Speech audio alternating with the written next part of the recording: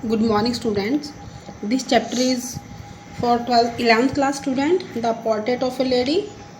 Previous lecture में मैंने आपको बताया था कि जब राइटर अब्रॉड जाते हैं तो उसकी जो ग्रैंडमदर है वो उसको हल्का सा किस करती है उनके फोरहेड पे, और जो ये फिजिकल कांटेक्ट है वो हमेशा ही राइटर के माइंड में जो है बना रहता है। और जब वो वापस आता है देन व्हाट हैपन, क्या हुआ, but that was not so. जो राइटर दादी माँ के बारे में सोच रहा था कि शायद मुझे मेरी दादी माँ जब वापस आऊँगा स्टडी करने के बाद तो मुझे मिलेगी या नहीं मिलेगी, तो जब वो वापस आते तो ऐसा नहीं हुआ। But that was not so. After 5 years I came back home. जब मैं 5 साल के बाद, जब राइटर 5 साल के बाद वापस घर आता है and was met by her the station, तो जब वो दादी माँ से वापस स्टेशन पर मिलता है, she did not look a day older, यानी कि वो दादी माँ थी वो बिल्कुल भी बूढ़ी नहीं लग रही थी। जितनी एज उनकी 5 साल पहले दिख रही थी उतनी ही अब वो दिखाई दे रही थी। She still had no time for words and while she clasped me in her arms. See here clasped का मीनिंग होता है होल्ड टाइटली। तो जब वो दादी माँ उनको स्टेशन पर मिली वापस आने पर, she still had no talk for words, उन्होंने उनसे फिर भी कोई बात नहीं की। And while she clasped me in her arms, और उन्होंने मुझे टाइटली अपनी बाहों में पकड़ लिया। I could hear her reciting her prayers, जो वो मंत्र जाप कर रही थी मैं उनकी उस आवाज़ को सुन रहा था। Even on the first day of my arrival, her happiest moments were with her sparrows, whom she fed longer and with frivolous rebukes. जो ये frivolous rebukes होता है, ये होती है lightly scolding होती है, जिसमें हम प्यार से डांट फटकार करते हैं और गुस्से से नहीं डांटते हैं। So,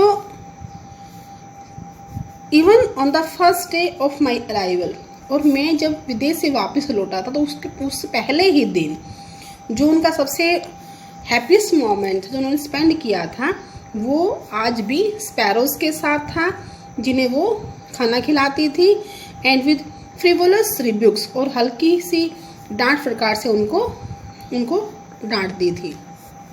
किनको? स्पैरोज को, क्योंकि वो उनको दिल से नहीं बल्कि जब हम किसी को प्यार से हल्की से डांट फटकार करते हैं तो इस तरीके से वो उन स्पैरोज को डांट फटकार करती थी। In the evening a change came over हर, लेकिन शाम के समय ही दादी माँ के अंदर एक चेंज आ गया, एक बदलाव आ गया। शी डिड नॉट प्रे, उन्होंने प्रे नहीं किया, प्रार्थना नहीं की। She collected the women of the neighbourhood, got an old drum and started to sing. उस दिन क्या चेंज आया कि दादी माँ ने प्रे नहीं किया और उन्होंने जो नेबरहुड, जो पड़ोस की जो लेडीज़ थी, उनको उन्होंने इकट्ठा किया। गॉट एन ओल्ड ड्रम, एक पुराना ड्रम क्या होता है? ढोल। उन्होंने एक पुराना ड्रम लिया एंड स्टार्टेड टू सिंग, और उसने उसका गाना शुरू कर दिया। For several hours she thumped the shagging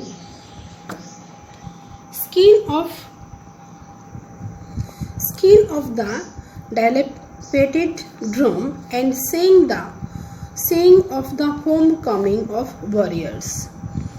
So in this line, for several hours, कई घंटों तक, she thumbed का मतलब होता है हिट, उसको बजाना पीटना। शैगिंग क्या होता है? sinking डाउनवर्ड्स, जो स्किन होती है ढोल की, जो वो थोड़ी सी एकदम से ढीली हुई थी, लटकी हुई थी। Skin of the dilapidated drum. What is dilapidated drum? ये होता है बहुत ही ओल्ड, यानी कि वॉर्न आउट, जो बहुत ही पुराना जो ड्रम होता है, जिसकी स्किन बिल्कुल एकदम से लूज या लटक जाती है। And saying the home coming of warriors कौन होते हैं? जो योद्धा होते हैं, जो युद्ध में जीत कर वापिस आते हैं।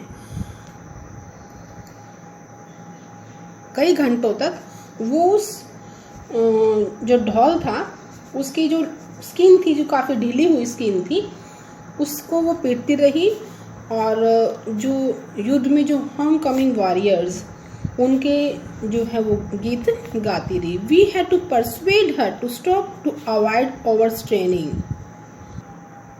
वी हैड टू परsuade का मीनिंग होता है टू रिक्वेस्ट समवन, किसी से रिक्वेस्ट करना, किसी को राजी करना। To stop to avoid over straining, और ओवर स्ट्रेनिंग का मीनिंग होता है ओवर डूइंग समथिंग। तो we had to persuade her to stop to avoid over straining, हमने उनसे रिक्वेस्ट किया कि वो जो ये ओवर स्ट्रेनिंग जो ज़्यादा जो तनाव है इसे लेने से वो बचे। That was the first time since I had known her, जब से मैं उनको जानता था तब से ये मेरी लाइफ का पहला सा समय था, तब मैंने देखा that she did not pray, कि उन्होंने उस दिन प्रे नहीं किया, भगवान से प्रार्थना नहीं की। The next morning she was taken ill, और अगले ही सुबह वो क्या हो गई, taken ill means got ill, बीमार हो गई। It was a mild fever, mild means light, हल्का फुल्का, उन्हें हल्का फुल्का बुखार था। And the doctor told us that it would go, और डॉक्टर ने हमें बताया कि ये जल्दी ठीक हो जाएगा। But my grand mother thought differently, लेकिन जो मेरी दादी माँ थी वो कुछ अलग ही सोच रही थी। She told us that her and was near, उसने हमें बताया कि उसका जो एंड है, जो उसकी डेथ है अब नज़दीक आ चुकी है। She said that since only a few hours before the close of the last chapter of her life she had omitted to pray.